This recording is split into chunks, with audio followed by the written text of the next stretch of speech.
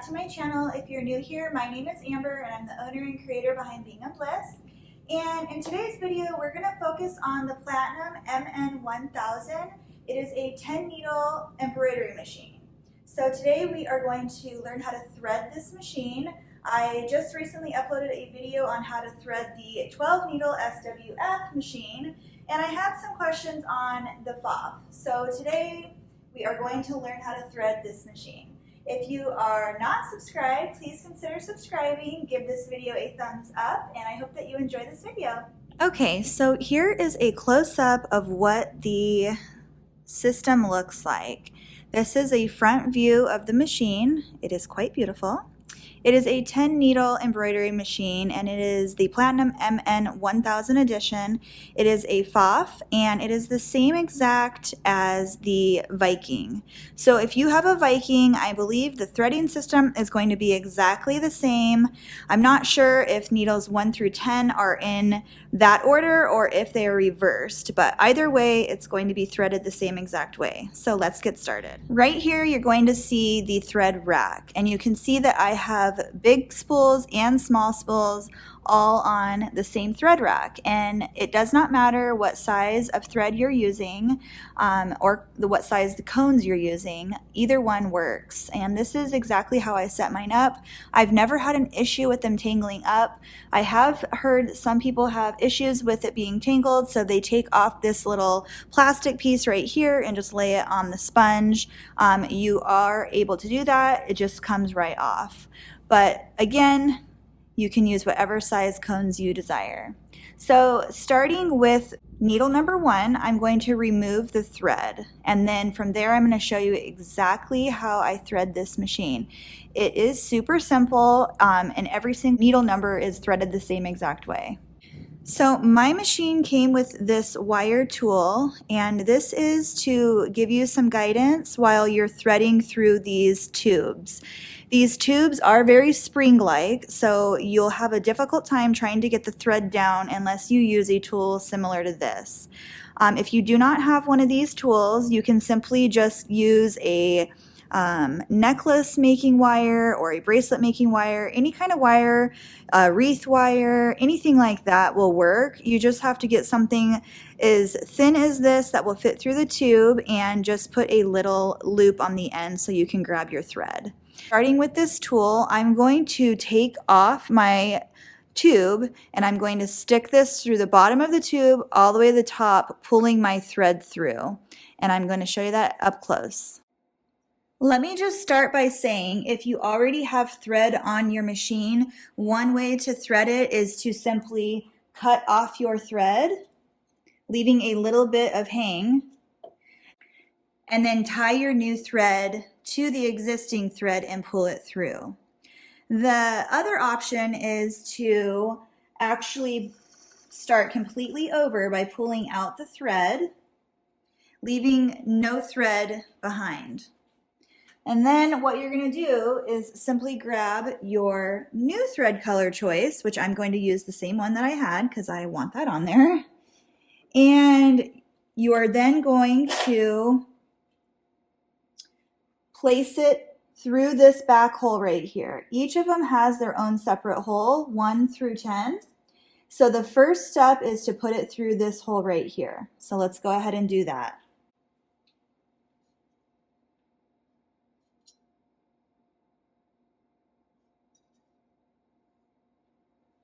The next step on needles 1 through 10 are all the same steps. You're going to then go from this hole into the back of this hole right here. So let's do that.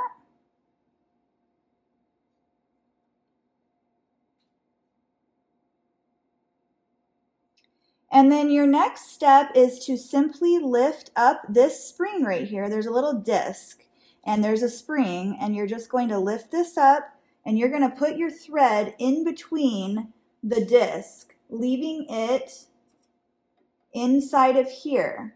Now what you'll see is a little cutout right here, which is, there's a little tooth that sticks up, and that is supposed to go around it. So you need to make sure your thread is secure underneath that, and then you're good to go.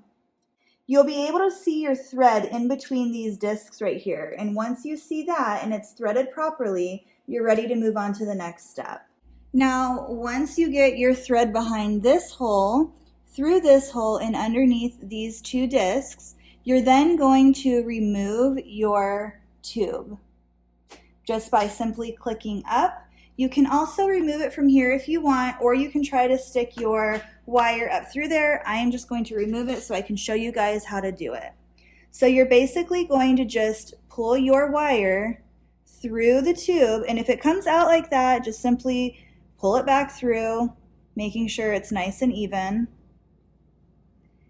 And then what you're gonna do is grab your thread, pull it through that loop and through the tube. Once you've pulled it through the tube, you'll be able to see your thread right there, and then pull it through. After you've done that, you're simply going to snap your tube back on, both slots,